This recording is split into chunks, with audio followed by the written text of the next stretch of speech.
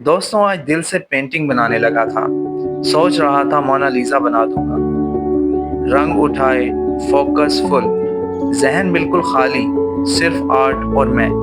YouTube की पहली doing art video है। आज तो करके दिखाना ही है। फिर क्या हुआ पता नहीं। जितना फोकस किया उतनी लाइन टेढ़ी बनी, जितना दिल लगाया उतना रंग खराब हुए, जितनी दुआ की उतनी पेंटिंग रो पड़ी। नतीजा लैक ऑफ एस्थेटिक। सबक क्या मिला? दिल से करोगे तो खराब होगा, दिल नहीं लगाओगे तो और खराब होगा। तो भाई खराब ही सही, बस करो सही, जैसे कि मैंने किया।